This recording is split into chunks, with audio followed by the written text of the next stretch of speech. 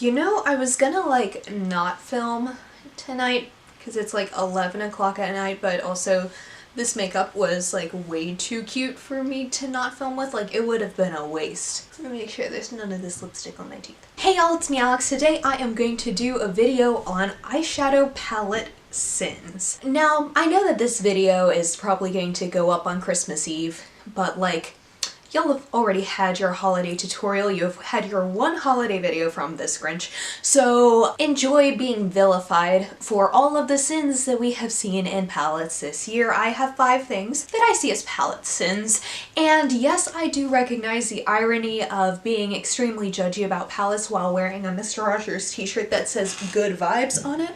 But we're just gonna own this, and I'm gonna get started, and this is gonna be a little ranty, but apparently y'all like ranty Alex, so like, here we go. The first thing that I see as a palette sin is having only shimmery pops of color. Now, this year has been the year of the warm neutral palette with a pop of blue, and in every single palette that I've seen like that, the pop of blue has always been a shimmer, and that bothers me even more than the fact that it is just a pop of blue.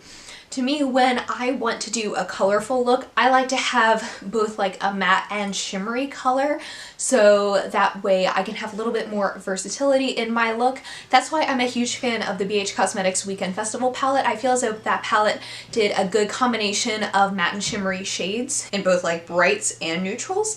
I think that did a really good job because that means that I can have like a matte bright in my crease and a shimmery bright color on my lid, or like a neutral matte color in my crease, shimmery neutral on my lid, or like any combination of the above. When I see a warm tone palette with a pop of blue or green or purple or whatever color and the bright color is sparkly, I just don't know what to do with it because I rarely, if ever, pair a bright pop of color, like of a shimmery color, with a neutral matte transition shade. I know a lot of people see that as the most wearable way of using a pop of color, but for me, as someone who obviously enjoys color a bit more, I'm just not a fan. Another thing that I see as an eyeshadow palette sin is having cream and powder products in the same palette. Now, I am very glad to see that brands have moved away from doing this, but holy crap, why would anybody think that that's a good idea?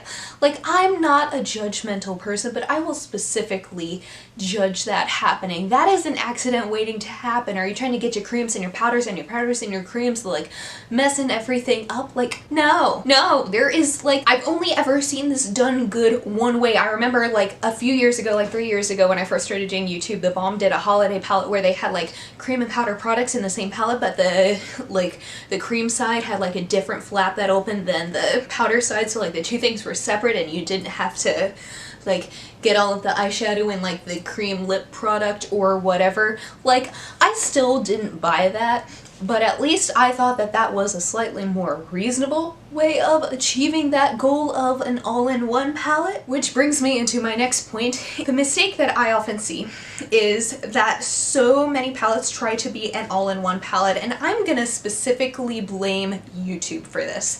It is because every single big YouTuber I've ever seen, when they've ever had to like, oh, I'm gonna have to pull in a matte brow bone shade from another palette in my collection, so I hate this palette is the worst. Like, no. I mean, I know I have so much makeup that it does not bother me if I have to bring in one of my like 12 neutral palettes just to give myself like a nice little transition or a little like inner corner highlight or a little brow bone.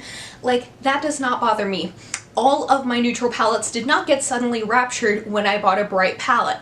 That is not how this works. I am perfectly happy to pair my Viseart Dark Mattes palette with my Kat Von D Shade and Light Eye palette. Those look so beautiful together and they work so well. I don't have any issue with that.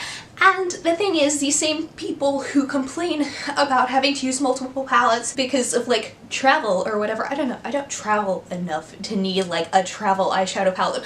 We'll see like the gigantic, huge, like 35 pan Morphe palettes that are like the size of the entire upper half of my body and be like, that's travel friendly. No, taking two palettes, one that's colorful and one that's neutral, that's actually pretty travel friendly to me, a lot more so than having one gigantic thing that will barely fit into your suitcase. I don't know, maybe I'm just a little prejudiced, maybe I'm just like salty because I do not get to have this like traveling glamorous life, but also like I'm going to Israel in January.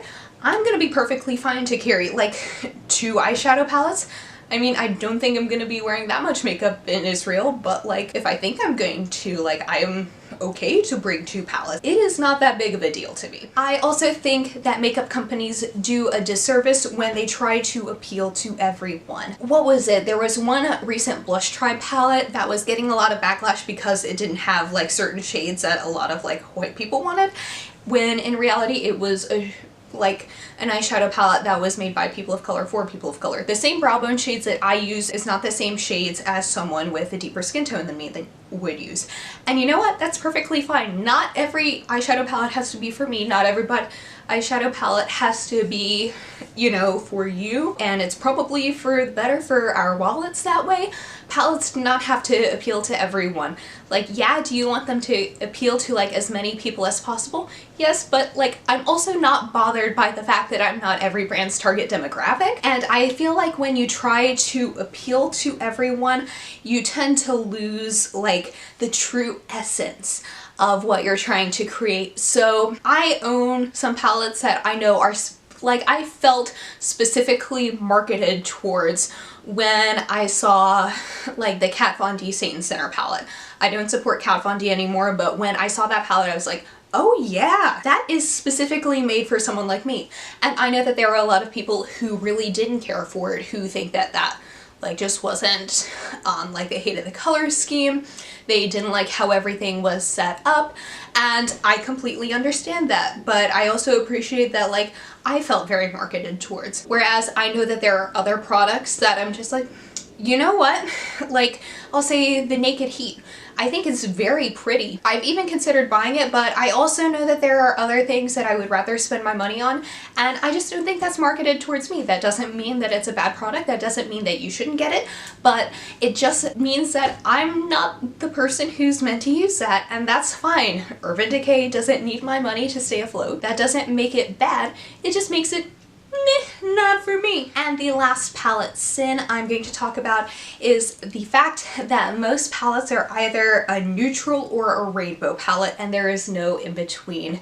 And yes, as a colorful makeup loving person, I am very happy that I'm seeing more and more rainbow palettes out there, because like it makes me excited that people are starting to get into color, yes, but at this point rainbow palettes, like just about every brand has one, and I don't think we need more of that. I think we need like a nice little in between where people are thinking about color stories. The ColourPop Good Sport palette that came out this fall, I think that is an extremely well done color story.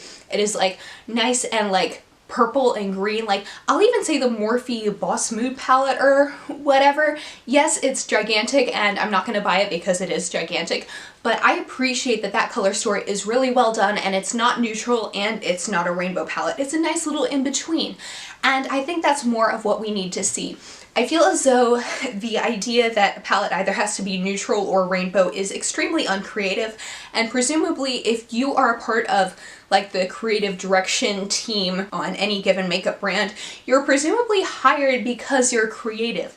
So that means that you should be able to think up something a little bit more different than a warmer, cool tone neutral palette or a rainbow palette. Think of colors that you would want to put together. I know a lot of people prefer when a palette is done in more of a spectrum, but honestly I love when palettes are like kind of a little bit mixed up, because obviously you would think to put the same colors like that are very similar looking together, but when I see a palette that's a little bit more like scattered and mixed up, I'll think like, oh, hey, that's actually pretty cool. I wouldn't have thought to put those colors together, but now that I'm seeing them next to each other, that could be really cute. And I think we need a little bit more of that. I think we need more curated stuff. I think we need a nice little in-between that allows people who might be a little bit off-put by rainbow palettes give some color a shot, while giving those of us who would generally lean more towards the rainbow side, give us just like a little something more curated, a little less overwhelming, and a little more creative. And so that is it for this video. Thank you so much for watching. If you disagree with me, please let me know in the comments below. We can fight. Actually, no, like, I'm not that kind of person, but like, here we are. I've declared that statement on the internet. This is why I don't film at 11 o'clock at night. So anyway, that's it for this video. Thank you so much for watching. Please be sure to give this video a thumbs up if you liked it, and subscribe down below if you want to see more videos from me. And I'll see you on my next one. Hope you all have a wonderful day. Bye.